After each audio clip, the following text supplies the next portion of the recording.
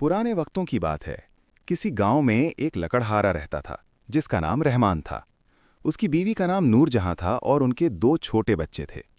रहमान रोज सुबह सवेरे उठता, अपनी कुल्हाड़ी उठाता और घने जंगल में लकड़ियां काटने चला जाता। शाम को वो लकड़ियों का गट्ठा अपने सर पर रखकर शहर के बाजार में बेचता और जो कुछ पैसे मिलते उसी से अपने घरवालों का पेट पालता।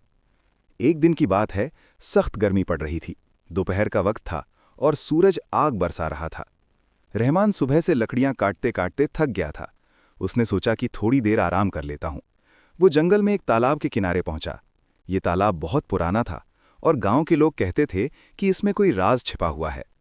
रहमान ने एक दरख्त के नीचे बैठकर पानी पिया और थोड़ा आराम करने लगा। अचानक उसकी नज़र तालाब के बीच में चमकती हुई किसी चीज पर पड़ी। वो उठा और करीब जाकर देखने लगा। अरे, ये कैसे मुमकिन है? तालाब के बीचों बीच एक मटका, और वो भी सोने चांदी से चमक रहा है।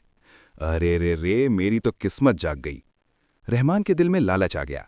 उसने सोचा कि अगर ये मटका खजाने से भरा हुआ है तो मैं अमीर हो जाऊंगा। फिर मुझे रोज रोज लकड़ियां काटने की जरूरत नहीं पड़ेगी। जल्दी से इस मटके को निकाल लेता हूं, फिर तो ये लकड़ियां काटने की मुसीबत ही खत्म हो जाएगी। रहमान ने अपनी कुल्हाड़ी किनारे रखी और बगैर सोचे समझे तालाब में कूद गया। वो तैरता हुआ मटके की तरफ बढ़ा, लेकिन जैसे ही वो मटके के करीब पहुंचा, अजीब बात हुई। मटका उससे दूर हटने लगा। ये क्या हो रहा है? मैं इसके नजदीक जा रहा हूं और ये मुझसे दूर भाग रहा है। अरे रुक जा, कहां भागे जा रहा है? मैं तो तुझे निकाल कर ही रहूंगा। रहमान ने पूरी ताकत से तैरना शुरू किया, लेकिन जितना वो मटके के करीब जाता, मटका उतना ही दूर हटता जाता। आखिरकार मटका तालाब के दूसरे किनारे पर जाकर रुक गया। ये लानती मटका मुझसे खेल खेल रहा है, लेकिन रुक जा, मैं तेरे बगैर इस तालाब से नहीं निकलूंगा। इतना सुनहरा मौका जिंदगी में बार बार थोड़े ना मिलता है। रहमान दोबारा तैरने लगा और इस बार वो मटके के बिल्कुल करीब पहुंच गया। उसने मटके को पकड़ने के लिए हाथ बढ़ाया, लेकिन उसी लम्हे कुछ खौफनाक हुआ। अचानक हर तरफ से घनी स्याह धुंध उठने लगी। धुंध इतनी घनी थी कि रहमान को कुछ नजर नहीं आ रहा था। अरे अरे, ये क्या हो रहा है? मेरा जिस्म इस धुंध में क्यों खो रहा है? नहीं नहीं, ये मटका लानती है। बचाओ, कोई बचाओ, मैं मरना नहीं चाहता। मुझे छोड़ दो, अल्लाह के वास्ते मुझे छोड़ दो, बचाओ। अचानक तेज रोशनी फैली, इतनी तेज कि अगर कोई देखता तो अंधा हो जाता, और फिर सब कुछ खत्म हो गया। रहमान और वो मटका दोनों गायब हो गए। तालाब का पानी बिल्कुल शांत हो गया, जैसे कुछ हुआ ही नहीं। ऐसे ही एक पूरा महीना गुजर गया। रहमान की बीवी नूरजहां अपनी झोपड़ी में बैठी रोती रहती। उसके बच्चे भी मां को रोता देखकर रोते रहते। घर में खाने को कुछ नहीं बचा था। नूरजहां ने पड़ोसियों से कर्ज लेकर किसी तरह गुजारा किया था। या अल्लाह, मैं क्या करूं? मेरे शौहर को गायब हुए 1 महीना हो गया है। पहले मैं सोचती थी कि शायद वो किसी दूसरे गांव में काम करने चले गए हों, लेकिन इतने दिन हो गए और वो अभी तक वापस नहीं आए। अब तो मुझे खुद ही उन्हें ढूंढने निकलना होगा। अल्लाह जाने वो कहाँ हैं और किस हाल में हैं। नूरजहां ने अपने बच्चों को पड़ोसन के पास छोड़ा और खुद रहमान को ढूंढने के लिए निकल पड़ी। वो सीधी जंगल की तरफ चल दी, क्योंकि उसे मालूम था कि रहमान रोज इसी जंगल में लकड़ियां काटने जाता था। वो रोज इन जंगलों में लकड़ियां काटने जाते थे। शायद यहीं कहीं उनका कोई निशान मिल जाए। नूरजहां घने जंगल में चलती रही। रास्ता मुश्किल था और झाड़ियां उसके कपड़ों में फंस रही थीं, लेकिन वो नहीं रुकी। थोड़ी देर बाद वो उस तालाब के किनारे पहुंच गई। अचानक उसकी नज़र जमीन पर पड़ी एक कुल्हाड़ी पर पड़ी। ये क्या? ये तो मेरे शौहर की कुल्हाड़ी है। अगर उनकी कुल्हाड़ी यहां पड़ी है तो वो खुद कहाँ है? नूरजहां ने कुल्हाड़ी उठाई और सीने से लगा ली। उसकी आंखों में आंसू आ गए, लेकिन साथ ही उसके दिल में पक्का इरादा पैदा हुआ। मैं अपने शौहर को जरूर ढूंढूंगी, चाहे वो जमीन पर हो या जमीन की गहराइयों में। मैं उन्हें वापस लेकर ही रहूंगी। इतने में पीछे से एक आवाज आई, बेटी। नूरजहां ने डरकर मुड़कर देखा। एक बुजुर्ग दरवेश सफेद कपड़ों में खड़े थे। उनकी लंबी सफेद दाढ़ी थी और चेहरे पर एक अजीब सा नूर था। उनके हाथ में एक लाठी थी। बेटी, क्या हुआ? तुम इतनी परेशान क्यों हो? इस वीरान जंगल में अकेली क्यों आई हो? हजरत, मेरा शोहर गायब हो गया है। 1 महीना हो गया है, वो घर नहीं लौटे। ये उनकी कुल्हाड़ी यहां मिली है। दरवेश ने गहरी सांस ली और बहुत संजीदगी से बोले, बेटी, सुनो मेरी बात। जहां तुम्हारा शोहर गया है, उस राज का पीछा मत करना, वरना तुम भी उसी राज का हिस्सा बन जाओगी और फिर कभी वापस नहीं लौट पाओगी। अगर तुम जिंदा रहना चाहती हो तो अभी यहां से लौट जाओ। नूरजहां की आंखों में आंसू बहने लगे। लेकिन हजरत, मैं अपने शोहर से बहुत मोहब्बत करती हूँ। हम दोनों ने साथ में बहुत मुश्किलें झेली हैं। मैं उनके बगैर कैसे अपनी बाकी जिंदगी गुजारूंगी। दरवेश के चेहरे पर अफसोस के आसार नुमाया हुए। उन्होंने अपनी लाठी जमीन पर टेकी और बोले, बेटी, मैं तुम्हारे दुख को समझता हूं, लेकिन तुम लौट जाओ। तुम्हारे 2 छोटे बच्चे हैं, वो तुम्हारा इंतजार कर रहे हैं। उनका ख्याल रखो, उनके मुस्तकबिल के बारे में सोचो। अगर तुम भी यहां गुम हो गई तो उनका क्या होगा? ये जगह महफूज नहीं है, यहां से फौरन चली जाओ। नूरजहां ने दरवेश की बात सुनी, लेकिन कुछ नहीं कहा। वो खामोशी से वापस अपने गांव की तरफ लौट आई। दिल में हजारों सवाल थे, लेकिन बच्चों की फिक्र गालिब आ गई। कुछ ही दिनों बाद पूरे गांव में अजीब चर्चे होने लगे। अरे भाई, तुम जानते हो, ये रहमान था जो अजीब तरीके से गायब हो गया और अब तक उसका कोई पता नहीं चल रहा। बताओ भला, अब गांव में ऐसा होता है क्या? हाँ, बिल्कुल सही कह रहे हो। अरे रहमान, कुछ भी कहो, बड़ा नेक दिल इंसान था। उसने ऐसा क्या किया कि उसका कोई सुराग ही नहीं मिल रहा? मुझे तो लगता है कि हमारे गांव पर कोई बड़ी मुसीबत आने वाली है। नहीं तो ऐसा कैसे हो सकता है, जिंदा जागता आदमी रात को रात गायब हो जाए? भाई, अल्लाह जाने अब क्या होने वाला है। आहिस्ता आहिस्ता गांव के बहुत से मर्द पुरअसरार तरीके से गायब होने लगे और पूरे गांव में हलचल मच गई। अरे, ये तो बहुत बड़ा वाकया हो रहा है। ए भाई, ये तो बिल्कुल वही वाकया दोहराया जा रहा है जो एक बार मेरे दादाजान ने बताया था। उन्होंने कहा था कि बरसों पहले हमारे गांव से अचानक सारे मर्द गायब हो गए थे। बिल्कुल वही वाकया आज फिर से हमारे साथ हो रहा है। और भाई, अगर हमने कुछ नहीं किया तो हमारे गांव में जो गिने चुने मर्द बचे हैं वो भी गायब हो जाएंगे। रह जाएंगी फिर औरतें। क्या करेंगी वो? अब औरतें क्या करेंगी ये तो नहीं मालूम, लेकिन हाँ, मेरे दादाजान ने भी बताया था कि ये किसी की बद्दुआ है जो हमारे गांव पर खर बनकर बरस रही है। एक काम करते हैं, चलो सरपंच साहब के पास चलते हैं। इस पर जरूर कोई फैसला लेना होगा। अरे, क्या हो गया? तुम लोग इतने परेशान क्यों दिखाई दे रहे हो? क्या बात है? सरपंच साहब, समझिए, अब हमें कुछ ना कुछ तो करना ही पड़ेगा। पहले हमने सोचा था कि सिर्फ रहमान ही गायब हुआ है, लेकिन इन कुछ दिनों में हमारे गांव के आधे से ज्यादा मर्द गायब हो गए हैं। बताइए भला। अरे, ये क्या कह रहे हो? आखिर हमारे गांव में हो क्या रहा है? मैं कुछ दिनों से दूसरे गांव में था तो मुझे इतने बड़े वाक्य का पता ही नहीं चला। वही तो सरपंच साहब, इसीलिए तो मैं आपको बताने आया हूं। जल्दी चलिए, चौपाल पर बात करते हैं और हमें कुछ ना कुछ फैसला लेना होगा। हाँ ठीक है, चलो चलते हैं। आज ही गांव के चौपाल पर चलते हैं और इस बात पर फैसला करते हैं। चलो। फिर सभी लोग गांव के चौपाल पर जमा हो जाते हैं। आओ तो सुनो सुनो सुनो सुनो भाइयों, सभी गांव वालों, जरा ध्यान से सुनो। हमारे गांव में जितने भी मर्द पुरअसरार तरीके से गायब हो रहे हैं और जो कोई भी इस राज को सुलझा देगा, मैं उसे ढेरों इनाम दूंगा। है कोई सरपंच साहब? मैं इस राज को सुलझाऊंगा। बाकी गांव के जितने लोग भी गायब हैं उन सबको मैं वापस लेकर आऊंगा। ये हुई ना बात। कोई तो मर्द का बच्चा है जो सामने आया। ठीक है बेटा करीम, तू इस राज को सुलझा दे बेटा। पता नहीं आजकल हो क्या रहा है हमारे गांव में, मुझे तो बहुत फिक्र हो रही है। ठीक है बेटा, ठीक है।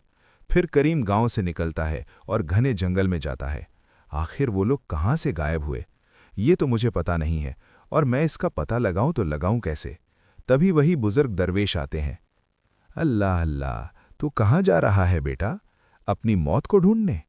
ऐसा क्यों कह रहे हैं हजरत? दरअसल बात यह है कि मैं उन सभी गांव वालों को आज़ाद कराना चाहता हूं। हजरत, आप कर्म करके मदद कीजिए और ये तो बताइए कि वो सब गायब कहाँ हुए हैं। मैं उन सबको वापस लाना चाहता हूं। ओहो, सोच लो बेटा, इसमें तुम्हारी जान भी जा सकती है।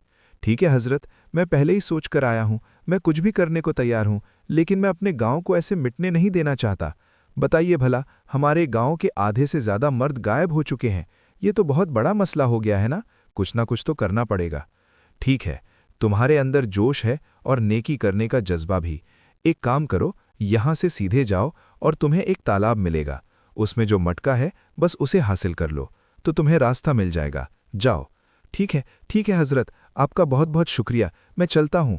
फिर करीम थोड़ा ही आगे जाता है और तालाब के पास पहुंच जाता है। कहाँ है मटका?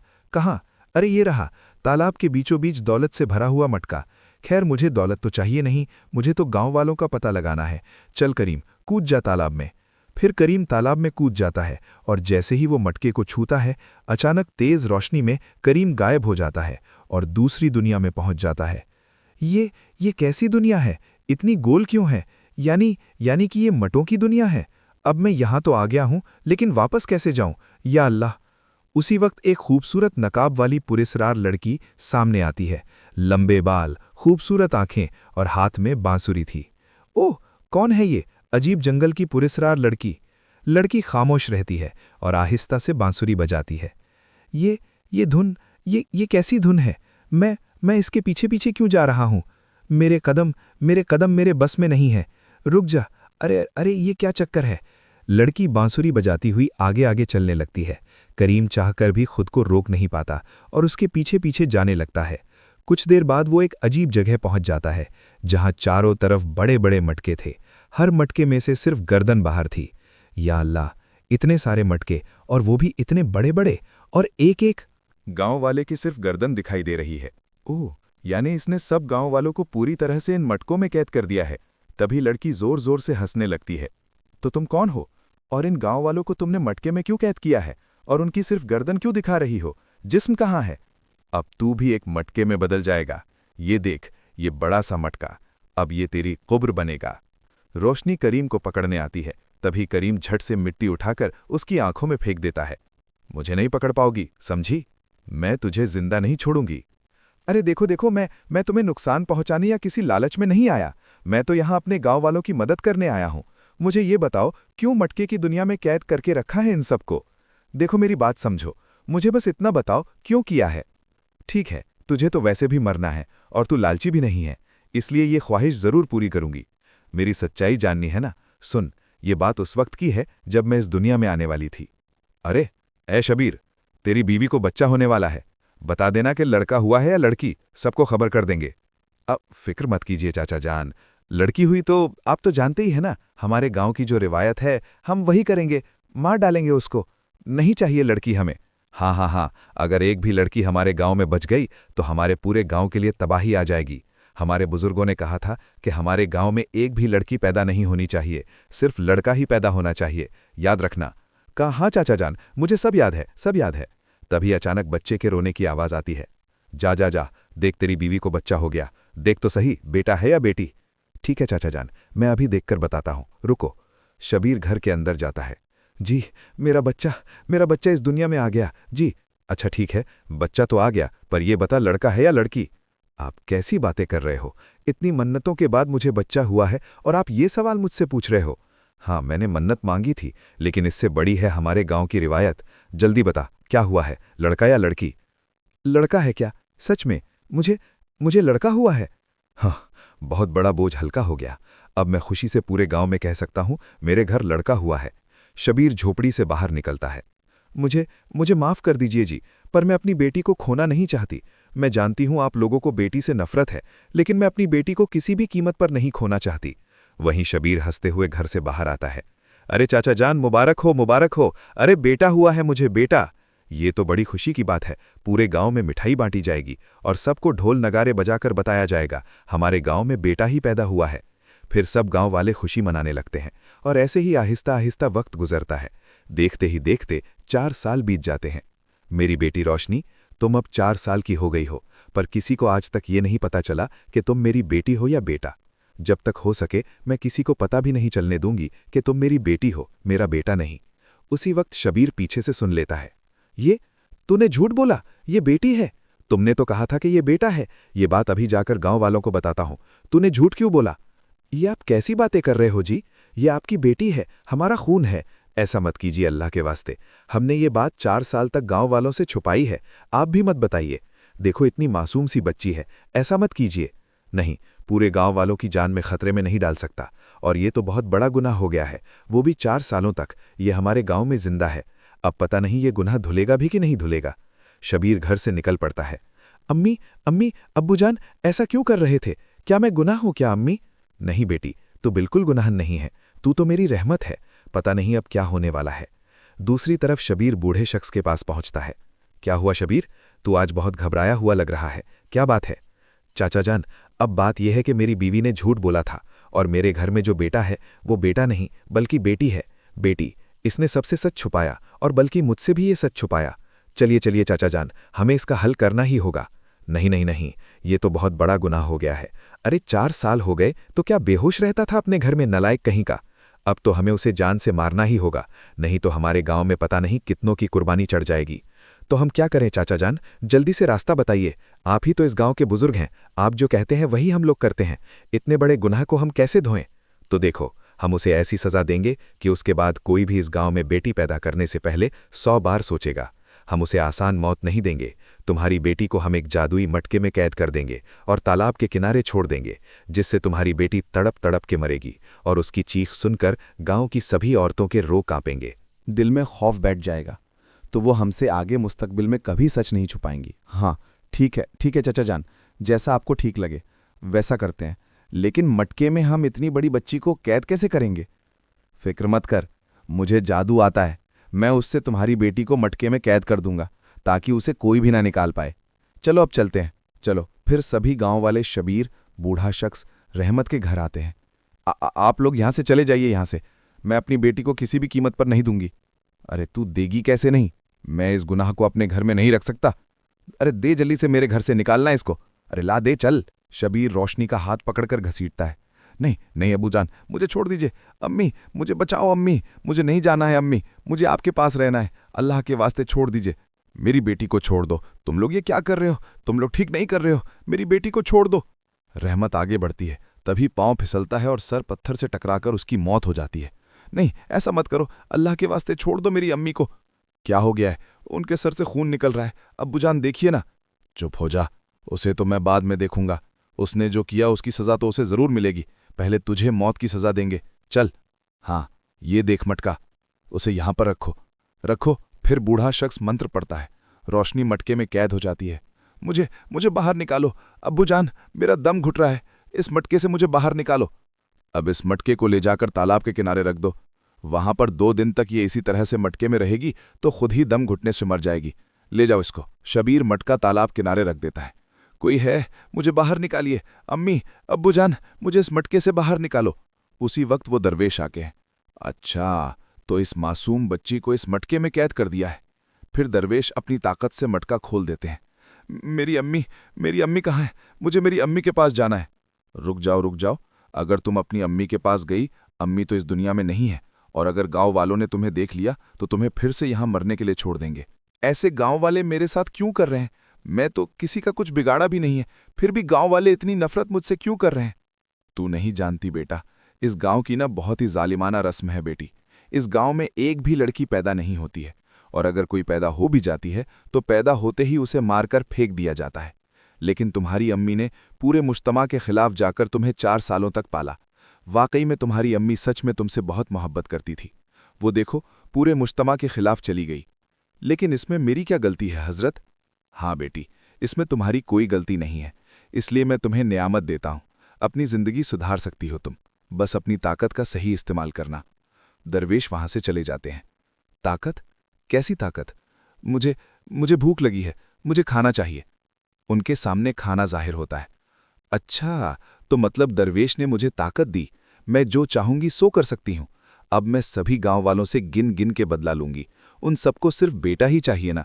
मैं गांव के सारे मर्दों को मिटा दूंगी, एक भी मर्द जिंदा नहीं रहेगा। मैं सभी मर्दों से नफरत करती हूं, क्योंकि उन्हें बेटी बोझ लगती है। इसलिए मैं दुनिया के सारे मर्दों को खत्म कर दूंगी, और सिर्फ बेटियां ही बेटियां बचेंगी। ये सुनकर करीम की आंखों से आंसू निकलने लगते हैं। देखो, तुम्हारे साथ जो हुआ वाकई में वो बहुत गलत था, पर तुमने अपने गांव के लोगों के साथ जो किया वो तो सही था, पर आसपास के और मेरे गांव के लोगों की क्या गलती थी? और तुम्हें नियामत मिली, इसका इस्तेमाल अच्छी जगह करती, लड़कियों को इंसाफ दिलाती। आज भी कितने लोग लड़कियों को बोझ समझते हैं। मैं इस बंधन में बंध चुकी हूं, मैं सबको आज़ाद कर दूंगी, इस गांव को मर्दों से आज़ाद कर दूंगी। तो फिर बताओ, मुझे क्या करना होगा? तुम मुझसे क्या चाहती हो, बताओ। पर तुम्हें मुझे इस बंधन से आज़ाद करना होगा जिसमें मैं बंध चुकी हूं।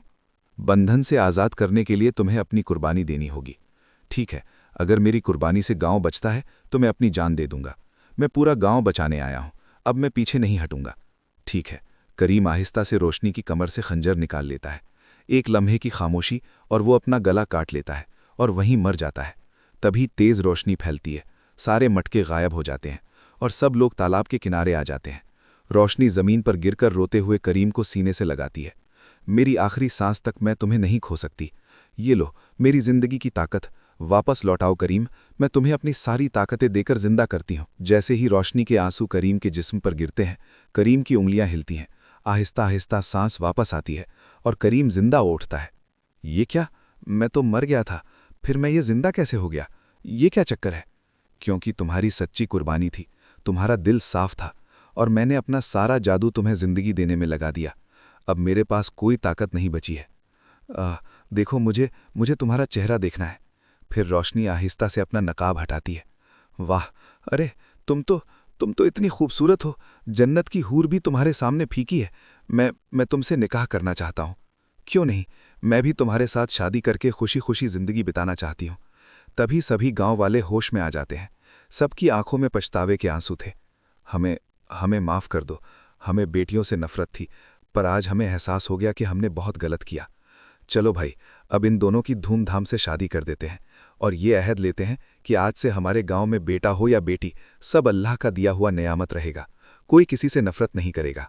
बोलो, बेटा हो या बेटी, सब हो एक बराबर। ढोल नगार बजने लगते हैं। सबके सामने करीम और रोशनी का निकाह होता है, जिसके बाद करीम और रोशनी की जिंदगी खुशी और मोहब्बत से भर जाती है।